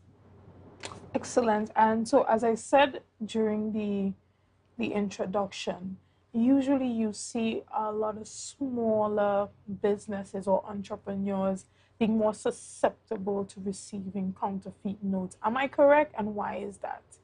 So building on, thank you again for having us. It's always a pleasure to be here in Tobago, in beautiful Tobago. Our Know Your Money campaign, it occurs annually, right? It's a project that we undertake throughout the year, but specific to the carnival season, we conduct these seminars where we go out to the public and we inform and educate on the features of the notes. We believe that this is important in light of the new polymer suite, as well as to secure persons and their right to currency, right? We try not to focus on counterfeiting, but we focus on you knowing how to identify your money. Because as the central bank, we cannot stop persons from trying to do what they think is right. We know that it's not right, but to have an educated population, to being able to identify the security features, that is important to us. Right. And when we talk about susceptibility of businesses, are smaller businesses, entrepreneurs, persons who just come out and sell some stuff on the side of the road during Carnival, are they more susceptible to receiving the counterfeit notes? Well, I would say that persons who aren't aware of how to check the notes to ensure that it's genuine, anyone is susceptible if they're not aware. Okay. So that is why we go out, and we do it in a simple way. The seminar that we're inviting you to, we have been going through the island, Trinidad and Tobago, for the entire week. We have been to San Fernando in Trinidad, we have been to Sangre Grande, we have had sessions at the bank. Today we're in Tobago. 2 locations. We'll be in Shore Park at 10, we'll be in Charlottesville at 4, Charlottesville Library, right, the Shore Park complex. So at this session, we'll give you a brief overview of the polymer notes, the process from start to you having that note in your person. Then, by 4 simple checks, you are able to identify if the note is real or not. The first step is to feel that note. You receive a note, you're selling on the side of the street, you receive the note, make sure you know what a real note feels like. Polymer feels different to paper. It's key to know. During the process of making the note, you will, at the session, we'll go through that process with you, but you'll feel the ink, you'll feel the texture of the polymer, and that is the first check. Before you go into gadgets like a magnifying glass or you go into a UV light, you have your fingers, you feel the note, which is important to know what to feel for, and that's why we're inviting you to this session. But I'll also like to add that it's not only small businesses who might be susceptible. So we extend the invitation to also financial institutions, any commercial institution that does a lot of cash transactions. Everybody is welcome, and we do hope, that representatives from all these institutions come out. But doesn't the bank have counterfeit detectors for bills that they put the note through and they are able to identify the bills? When you go there, we often see that. Yeah, they do. Most businesses would use the UV light, Right. and we encourage the use of the UV light because it's a quick way to check the UV features on the note. In a dark area, under a desk, or in a little drawer, you have the light and you will see the features light up once you pass the Okay. note under the light. And Mrs. Williams, question, when we talk about counterfeiting notes, is it that we are sure or we can be definite in saying that the average Joe on the street or a person trying to counterfeit a note has no access to polymer material? That's correct. The polymer, the material for these notes produced overseas, and the production of that material is very detailed. In fact, when you come to the session, you will find out that it's actually 5 layers of paper that is used, 5 layers of substance that is used to make one polymer note. So it's a very detailed and complex process for producing these banknotes. Okay, and why do you guys think that there's a heightened circulation of these notes during the carnival period?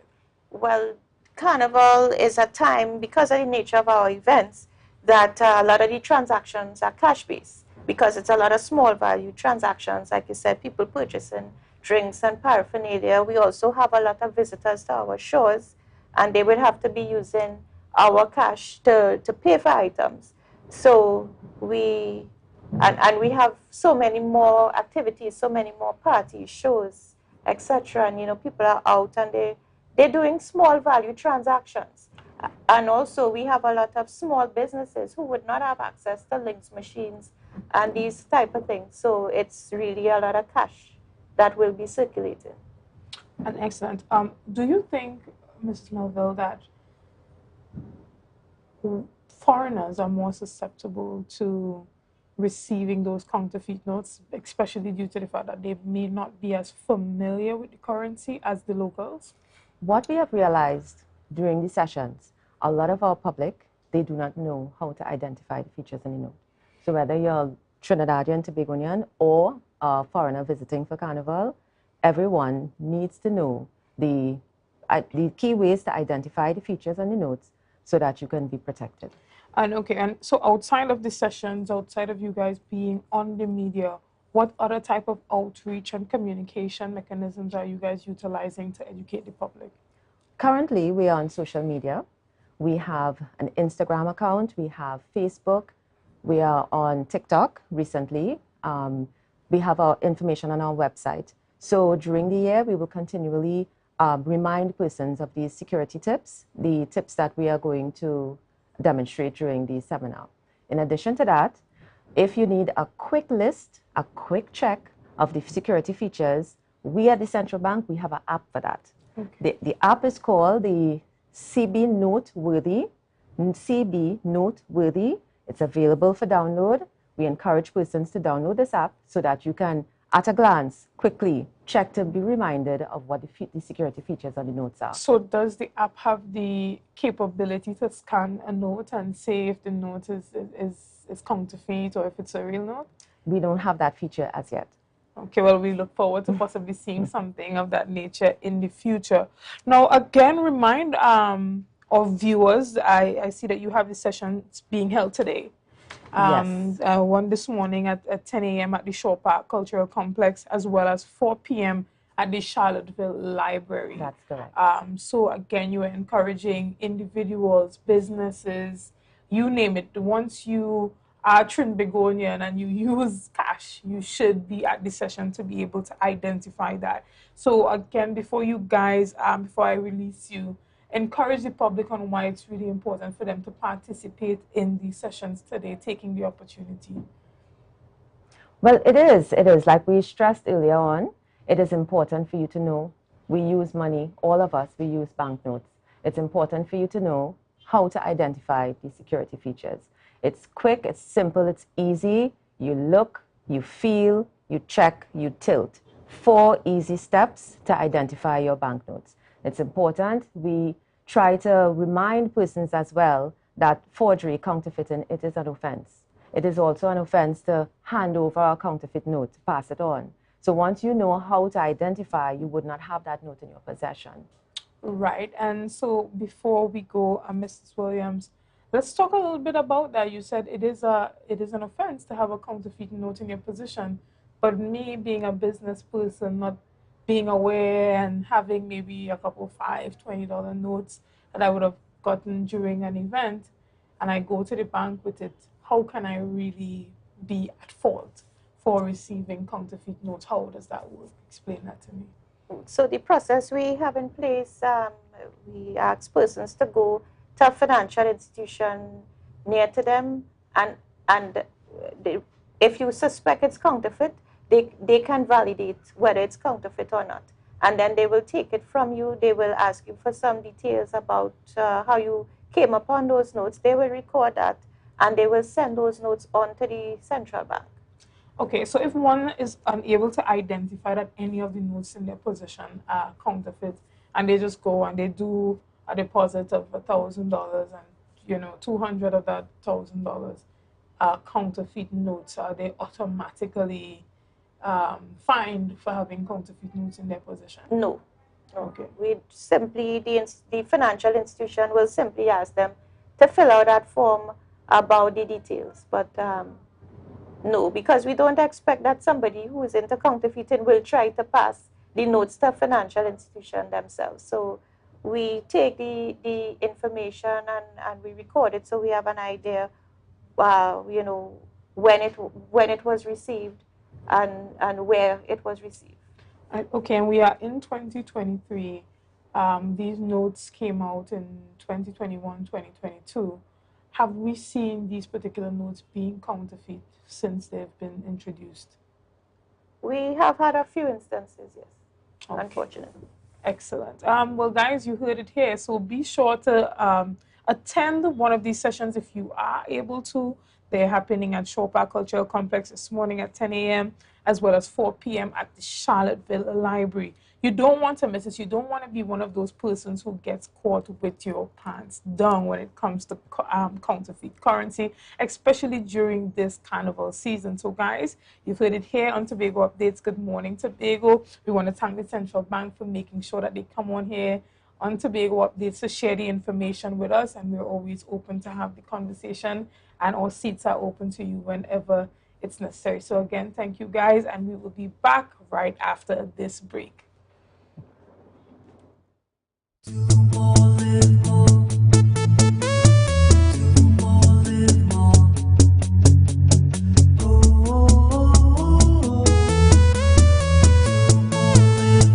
This is how it's gonna go. They better look up below, 'cause this is your show, and everybody's gonna know. Say it to them once again. They better look up below. This is your show, and everybody's gonna know. That's how it's gonna go. They better look up below, 'cause this is your show.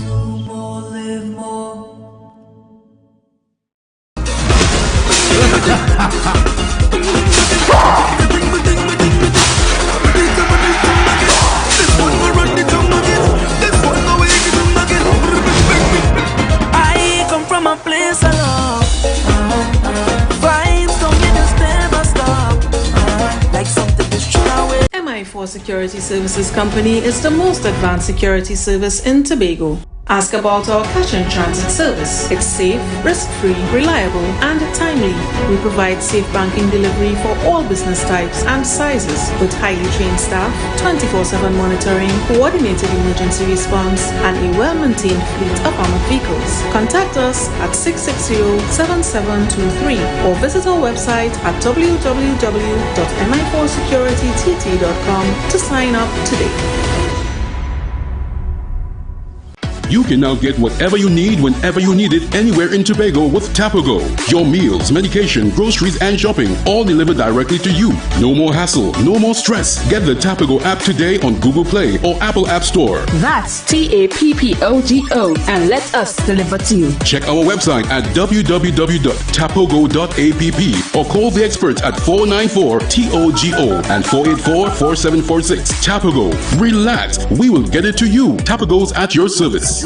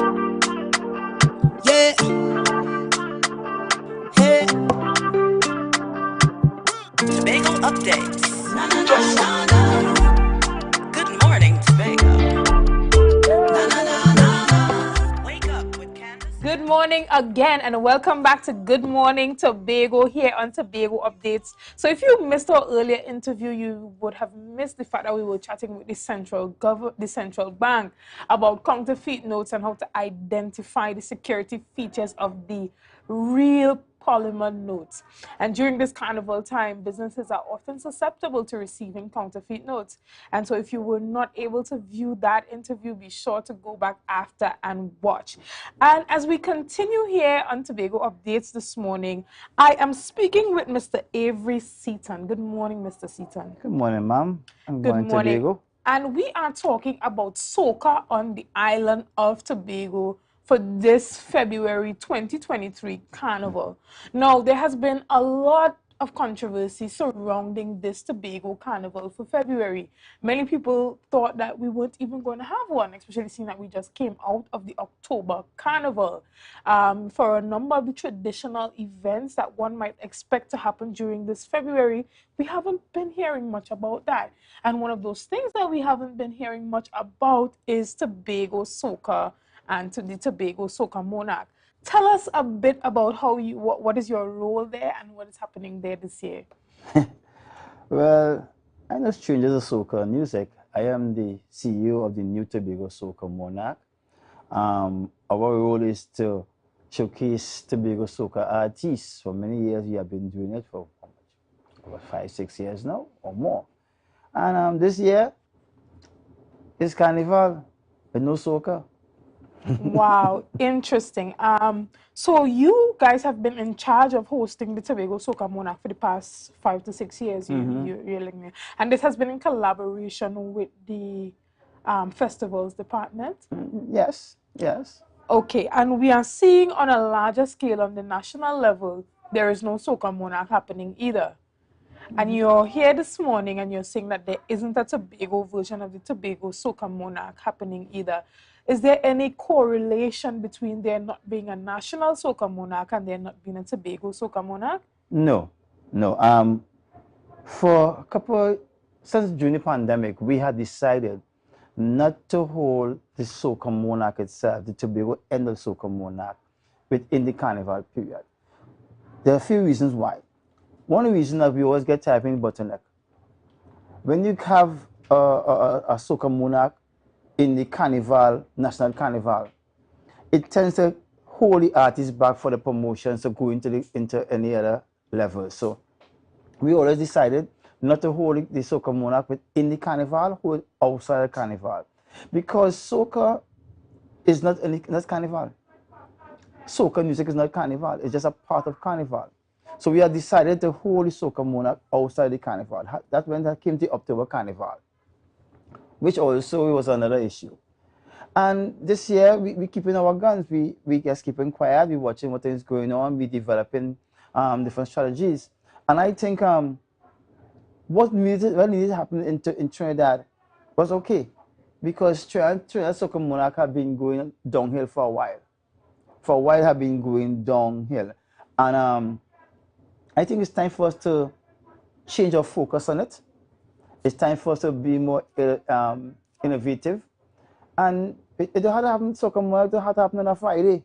Soca Monarch happen on a Thursday, a Tuesday, a Wednesday, Soca Monarch happen anytime. And I understand the cry from Trinidad where they say lack of funding, which is we are the same problem up in Tobago here. The economy is a little tight. So you'll find, you know, that things will happen. Okay, and so tell me, how are the artists in Tobago reacting to this now? As all artists, they need a place to showcase themselves. And they will feel a bit hurt, a bit enchanted. But I tell them, hold on. There's avenues and areas that we can work with, and we need to come together. We need to stop the bickering in Tobago and all over, the bickering, and let's start working together to develop the product. Right. But you said that soca is not carnival and carnival is not soca. It's just a part of it. But don't you think that contributes to somewhat of a deterioration of the carnival product when we begin to pull away elements of what we have known to really be carnival here in Trinidad and Tobago, especially this avenue where artists on the island of Tobago often have the opportunity that is not presented outside of carnival to showcase their talent in this area? All right, first, for instance, the artists depend on carnival. The word carnival is where, as I hear carnival, you hear soca, you hear calypso, you hear pan, right? You hear moko jumbies, you hear all these things, right? Yes. But when you have, in Tobago itself, when you have the soca artists in Tobago performing in Soca Monarch in Tobago, and the next week or two is Soca Monarch in Trinidad, and so it goes. So what do you need? They need a breathing space. That's why I had welcome and still welcome the October Carnival. The October Carnival now will give the artists enough time to produce music and to be able to now showcase themselves to go international carnival. Okay. So do you think that that time period gives them the ability to compete on the national stage? That's right. What do you think is needed to help Tobago soca artists fully realize their talent and to improve their craft? Well, first, discipline. Tobago artists, there's a lot of Tobago artists. And I should know it because I'm in the game for a while. And there's very good ones. They need to find a way to market themselves properly. The music also. They need to learn how to handle the craft, because there's some of them, be realistic, some artists have to know where's the rules also. Like some artists can write, some artists could sing, and some could perform. So they learn the rules. Learn the rules, market yourself properly, right? Do the groundwork. Do the groundwork. Simple. Do the groundwork. And what type of support is your organization providing for these artists to better establish themselves and to hone their craft? For many years, we have been trying and we have been doing, not trying, we have been doing. We have been hosting workshops where artists came out and learn about mic techniques, learn about marketing, learn about image, learn about stage performances. We have been doing that. Since after the pandemic, we haven't started back that as yet. But most of the time, when we have our competition, we have those sessions also with the artists before the competition. And I would say we are taking a new direction. It's time for the new Tobago Soca Monarch and all the Soca Monarch persons who are doing soca. It's time for a new direction. Take a new direction. Take a new. I was not reading a post on Facebook with an artist saying it's time for us to stretch ourselves to the limits that we are supposed to be. So just keep ourselves in this bottle or in this box. Excellent. And so, are you saying that you are strictly going to concentrate on having the Tobago Soca Monarch only in October? No. October, we are in a deciding situation right now with the team. We are deciding when is the right time for us to do the particular show. And it don't have also, we have this mentality that will be a competition. It will always have to be a competition. I mean, but a lot of people can disagree with you here and say if the artists are putting so much time and effort into studio time, into preparing their performances, having backup dancers, Mm. and all the extra stuff that it takes to produce an effective show that is really entertaining. It takes some level of finances from them. Mhm. It takes their resources. So to say that it doesn't always have to be compensated for can be quite No, controversial. I never said they don't be paid for it, but it Right. won't have to be. We compete so much sometimes we forget the real element of soca music, the real element of the carnival and the art form.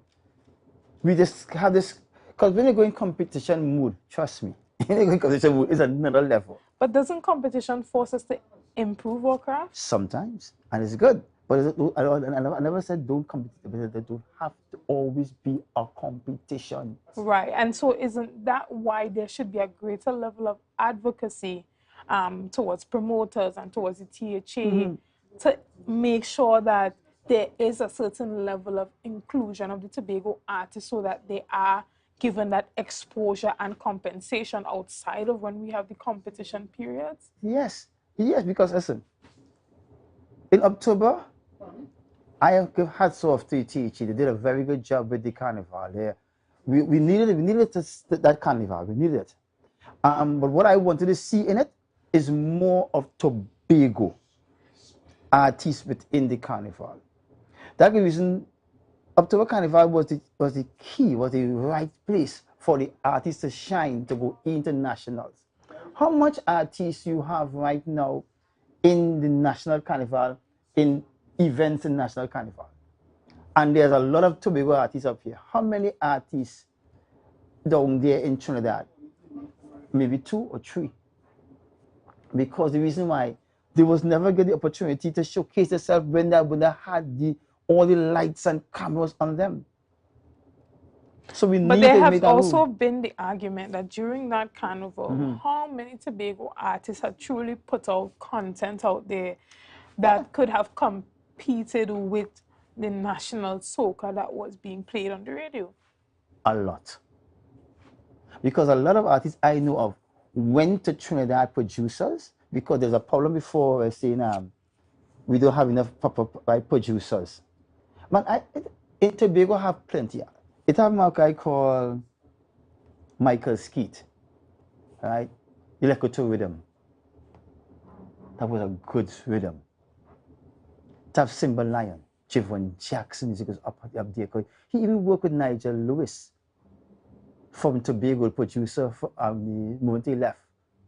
He put out a rhythm called, I think, the Heritage Rhythm. That rhythm get airplay. Good producing music. So there's artists and producers on this island who can top artists and producers in Trinidad. All they need. We have a mentality in Tobago. I've been straight up in Tobago. If they come from outside, it ain't good. And all in Trinidad too. We need to start loving our own, taking care of our own, and appreciate our own. We need to put the artists on the bill. Don't put them on the bill next, the bill on the little fine print, or when they come on stage, you see, hey, who is he? Promoters buy airtime on radio. I know, they buy airtime on radio to promote the song, promote the show. They're promoting all the different artists in the show. You hear all different artists' voice and names and song with anything, but the Tobago artists, you don't hear him. When you come on the stage now, then you see him. What sense that makes? It's time for us to love our own. Don't wait till like Axback gone to say, hey, Axback was great. Kabesi gone, oh, what Kabesi, yeah, boy, man, good like a voice boy. Why do we love your own first? America love their own first. All our countries take care of their own first. We need to take care of your own.